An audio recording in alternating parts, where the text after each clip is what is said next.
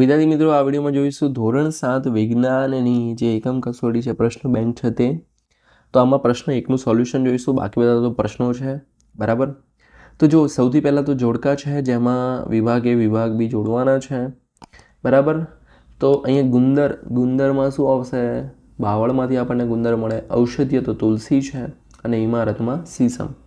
ત્યારબાદ વિદ્યુત કોષની જે કહેવાય ને કે ભાઈ ચિહ્ન એ છે અહીંયા ત્રીજું ક. ત્યારબાદ વિદ્યુત કળ તો અ અને વિદ્યુત બલ્બ તો બ. ત્યારબાદ અંતર્ગોળ અરીસો, તો અંતર્ગોળ અરીસો ક્યાં વપરાય? તો અંતર્ગોળ અરીસો વપરાય સ્કૂટરની હેડલાઇટના પરાવર્તકો તરીકે. બરાબર. આમ હેડલાઇટ હોય ને એટલે આ અંતર્ગોળ અરીસો છે. બરાબર.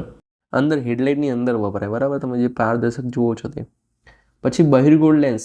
બહિર્ગોળ લેન્સ ક્યાં વપરાય? સૂક્ષ્મદર્શક યંત્રમાં, એટલે બિલોરી કાચ આપણો. ત્યારબાદ બહિર્ગોળ અરીસો વાહનોના સાઇડ મિરરમાં વપરાય છે. ત્યારબાદ ઉપરનું સ્તર, વચલું સ્તર અને નીચલું સ્તર. આ જંગલોની વાત કરી છે કે જંગલનું નીચલું સ્તર કયું? તો નાના છોડવાઓ. ઉપર વચલું સ્તર તો ઊંચું ઘાસ અને ઉપરનું સ્તર તો વિશાળ અને ઊંચા વૃક્ષો.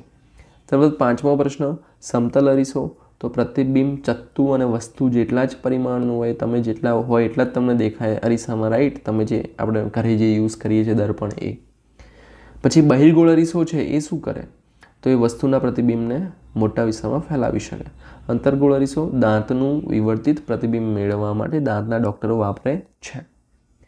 ત્યારબાદ વૈજ્ઞાનિક કારણો છે કે ભાઈ જંગલો પર્યાવરણના ફેફસા છે, જંગલો આપણી જીવાદોરી છે, ઔદ્યોગિકરણ એ જંગલોના વિનાશનું કારણ છે, ઘરના વિદ્યુત પરિપથમાં ફ્યુઝ રાખવામાં આવે છે, વિદ્યુત ઇસ્ત્રીમાં, ઇસ્ત્રી અહીંયા જો ટાઈપિંગ મિસ્ટેક, ઇસ્ત્રીમાં નિકરોના તારનું ગૂંચળું વપરાય છે, વિદ્યુત ઉપકરણોનો ઉપયોગ કાળજીપૂર્વક કરવો જોઈએ, વાહનોમાં સાઇડ ગ્લાસ તરીકે બહિર્ગોળ અરીસાનો ઉપયોગ થાય છે, વાહનોના હેડલેમ્પમાં અંતર્ગોળ અરીસાનો ઉપયોગ થાય છે, પ્રાણીઓની વિવિધતા જંગલની વૃદ્ધિ અને પુનઃ વિકાસ માટે જરૂરી છે, દર્દીઓને લઈ જતા વાહનોમાં ઉલટા અક્ષરે એમ્બ્યુલન્સ લખવામાં આવે છે.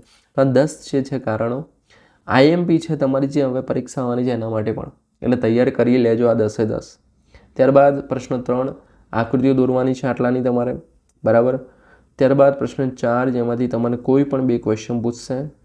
શાંતિથી વિડીયો પોઝ કરીને જોઈ લો એકવાર, એટલે તમે તૈયાર કરતા ફાવે. પ્રશ્ન 5. ઓકે. તો વિદ્યાર્થી મિત્રો, આ વિડીયોમાં જે પ્રશ્નો છે એ તમને તમારી ફક્ત એકમ કસોટી નહીં પરંતુ જે વાર્ષિક પરીક્ષા મતલબ બીજી પરીક્ષા જે આવે છે એમાં પણ ઉપયોગી રહેશે. તો એટલે જોઈ લેજો. ફરી મળીએ નેક્સ્ટ વિડીયોમાં. ત્યાં સુધી good bye, take care, all the best.